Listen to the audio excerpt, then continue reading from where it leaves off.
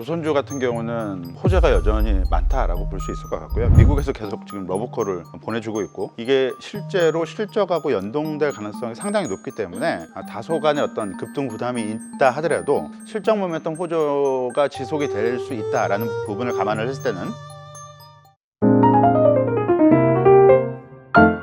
우리은행 더블엠솔루션 박석현 부부장과 함께 해보겠습니다. 부부장님 안녕하십니까? 안녕하십니까. 네, 오늘 장 총평 좀 내려주신다면요. 일단 미국이 이제 중국에 대해서는 관세 정쟁을 좀 격화하고는 있지만, 중국을 제외한 주요국들에 대해서는 이제 상호 관세 90일 유예를 이제 결정을 했고요. 물론 일반 관세 10%는 부과하긴 하지만 뭐 그렇게 큰 어떤 논란을 불러 일으킬 만한 수준은 아닌 것 같고요. 따라서 일단 관세에 관련된 문제는 불확실성은 좀 정점에서는 조금씩 내려오고 있지 않나라고 볼 수 있을 것 같고, 다만 앞에서 말씀드렸듯이 미중 관세 분쟁이 격화되고 있다라는 부분, 그리고 국가별로 이제 협상이 이제 진행이 될 텐데, 이 협상 과정 중에 어떤 불협화음이 또 도출이 될 수 있기 때문에 이 문제는 좀 남겨져 있는 문제라고 볼 수 있을 것 같고요.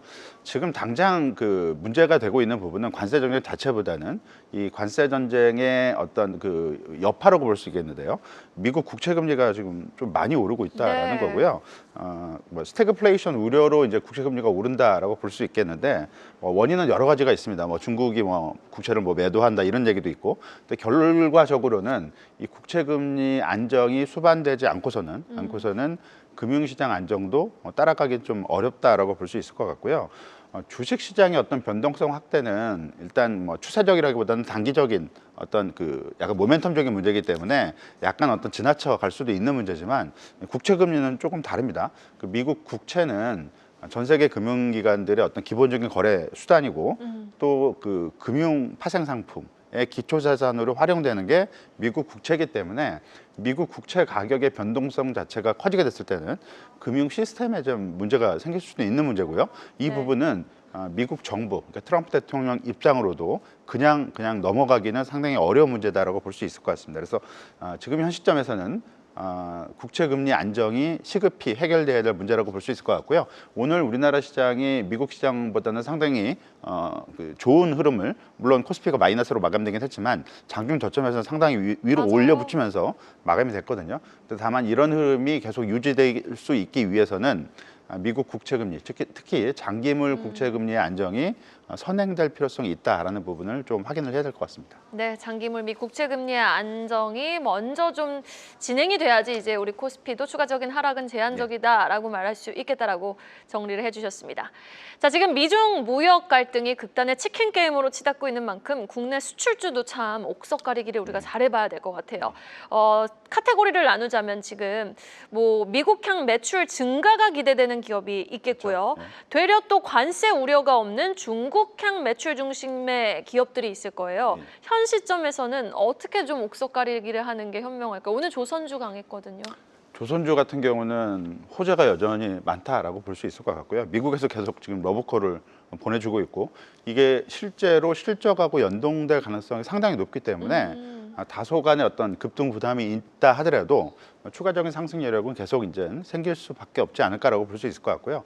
방산주도 물론 마찬가지입니다. 물론 조선 업종처럼 방산이 미국에 직접 수출하고 이런 건 아니지만, 전 세계 국가들이 지금 방위비 지출을 늘리고 있고, 미국도 자국의 어떤 방위비 지출 부담을 줄이기 위해서 다른 나라들의 방위비 지출을 늘리는 것을 압박을 하고 있기 때문에, 그러니까 선진국뿐만이 아니라 유럽뿐만이 아니라 신흥국에서도 이런 현상이 나타나고 있어서 우리나라 방산업체들의 어떤 매출 기회, 이런 부분들은 여전히 상당히 높은 잠재력을 갖고 있다라고 볼 수 있을 것 같고요. 따라서 조선주나 방산주는 동일하게 가격 부담 요인이 좀 있긴 하지만, 이런 부분들은 최근에 어떤 주가 변동성이 커지면서 어느 정도는 조금 해소된 부분도 있어서 실적 모멘텀 호조가 지속이 될 수 있다라는 부분을 감안을 했을 때는 현 주가 레벨에 대해서 긍정적인 접근이 충분히 가능하다라고 볼 수 있을 것 같고요.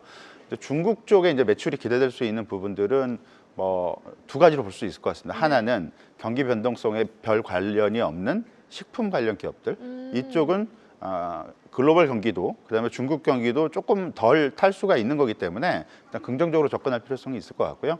그리고 이제 경기 변동성을 수반하게 되는 중국향 매출이 높은 기업들, 의외로 이제 삼성전자를 중심으로 반도체가 레거시 반도체를 중심으로 이런 부분들이 포함이 될 수가 있겠는데, 뭐 이게 전면적인 어떤 그 긍정적인 어떤 시각을 갖기는 어렵긴 하지만 중국의 정책, 특히 이구환신과 같은 IT 수요 정책이 어느 정도 효과를 보고 있고 실제로 이게 레거시 반도체에 어느 정도 영향을 미치고 있기 때문에 이런 부분들은 물론 뭐 전제 조건이 관세 문제가 좀 진정이 돼야 된다라는 전제 조건이 붙긴 하지만 근데 그런 부분들을 감안을 했을 때는 이 레거시 반도체 쪽도 긍정적 접근이 가능하지 않을까라고 볼 수 있을 것 같습니다. 네, 알겠습니다.